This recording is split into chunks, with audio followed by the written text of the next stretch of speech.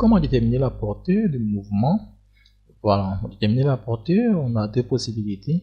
Soit utiliser les équations horaires ou bien l'équation cartésienne. Donc on va voir d'abord avec l'équation horaire. Avec les équations horaires,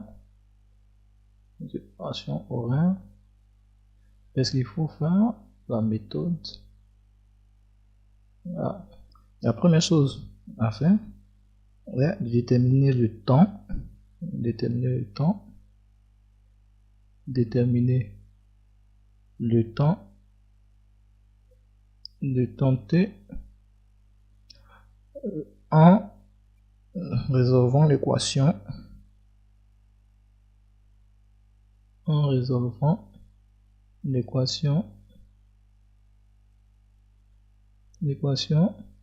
y de t est égal à 0. Maintenant, deuxième chose qu'il faut faire, on va remplacer le temps t trouvé. Donc, remplacer le temps t trouvé dans x de t.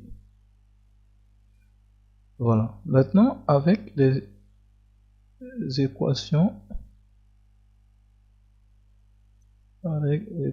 cartésienne.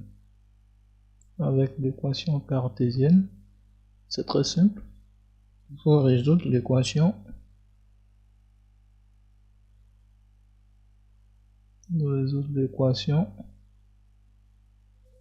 y de x égale à 0. Et c'est tout. Voilà, on va faire un exemple.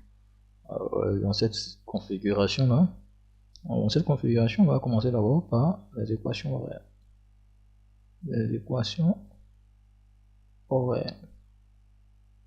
Voilà.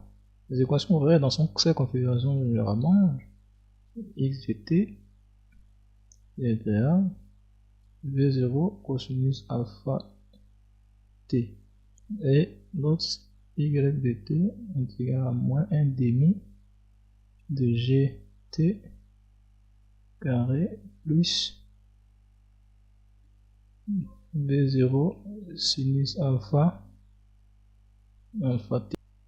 Ici, la portée, c'est de haut à la portée. Voilà, on peut l'appeler, par exemple, L. Voilà, L, cette portée-là. Maintenant, avec les équations vraies, qu'est-ce qu'on a dit qu'il fallait faire? Il fallait faire quoi?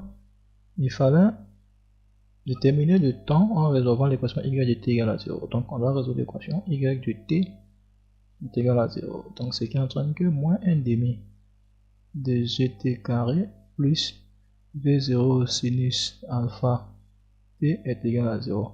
Ici, on doit factoriser, mais souvent on est amené à résoudre cette équation en utilisant les discriminants. Mais comme ici il n'y a pas de constante, donc on n'aura pas besoin de constante, on va utiliser les facteurs communs. Donc on aura v1 demi de gt plus v0 sinus alpha est égal à 0. Donc soit t égale à 0 seconde, ou ici on a moins 1 demi de gt plus v0 sinus alpha égale à 0. Maintenant ici, on va tirer le t, donc ici t est égal, donc on aura 2 v0 sinus alpha sur g. Voilà. Donc on a ça. Maintenant on a dit quoi? Ceci, il faut le remplacer dans quoi? Dans x de t. Donc il faut remplacer le t qu'on a trouvé, la x de t. Mais cette valeur-là, on ne peut pas la prendre. Pourquoi? Parce qu'en ce point-là, le t ne peut pas être égal à 0. Donc on a deux possibilités. On a ce t égal à 0 qui correspond à ça.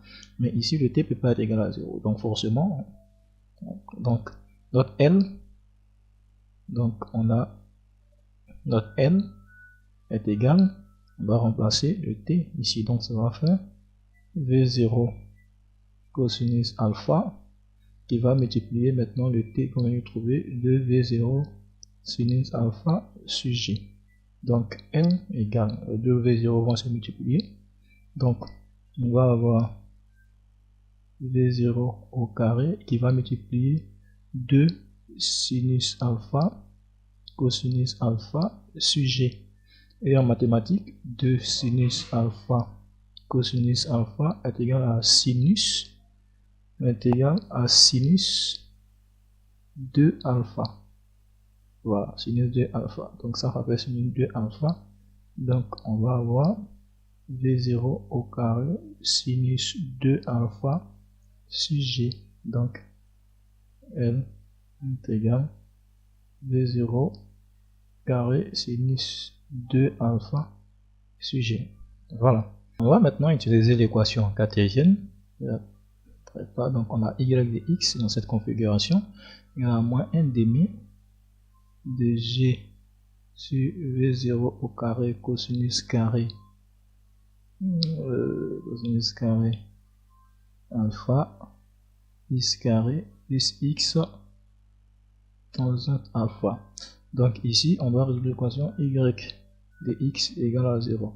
Donc ici on est amené souvent à résoudre une équation du second degré en utilisant les discriminants, parce que regardez, on aura moins 1 demi de g v0 au carré cosinus carré alpha x au carré plus x tangente alpha. Mais ici notre chance c'est qu'on n'a pas un second membre. Si on avait un second membre, on devait obligatoirement faire discriminant. Voilà, donc ici égal à 0, donc ici on va mettre x en facteur, donc ça nous donne x facteur de moins 1 demi de g sur v0 au carré cosinus carré alpha x plus tangente alpha égale à 0. Donc soit x égale à 0 ou moins 1 demi de g v0 cosinus carré alpha plus tangente alpha égale à 0. Donc ici, il y a un x ici. Ici, je vais tirer le x. Donc on aura x égale à quoi? Voilà, on aura x.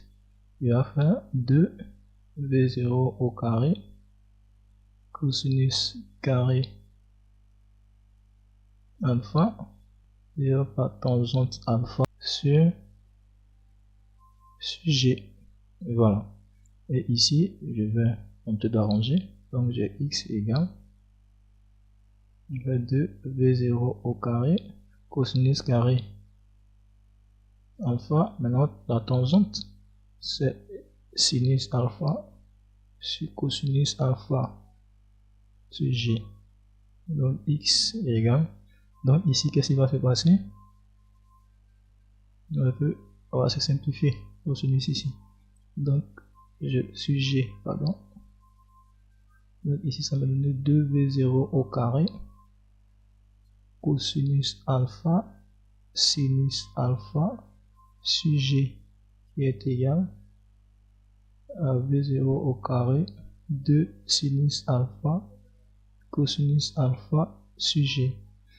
Donc on va avoir x qui correspond à notre L qui sera égal, ici on a dit que 2 sinus alpha cosinus alpha est égal à sinus 2 alpha. Voilà, sinus 2 alpha. Donc ici, ça va nous faire v0 au carré sinus 2 alpha sur g. Voilà, donc voilà pour cette méthode là. Donc vous choisissez la méthode qui vous paraît la plus facile et puis vous l'appliquez. Merci.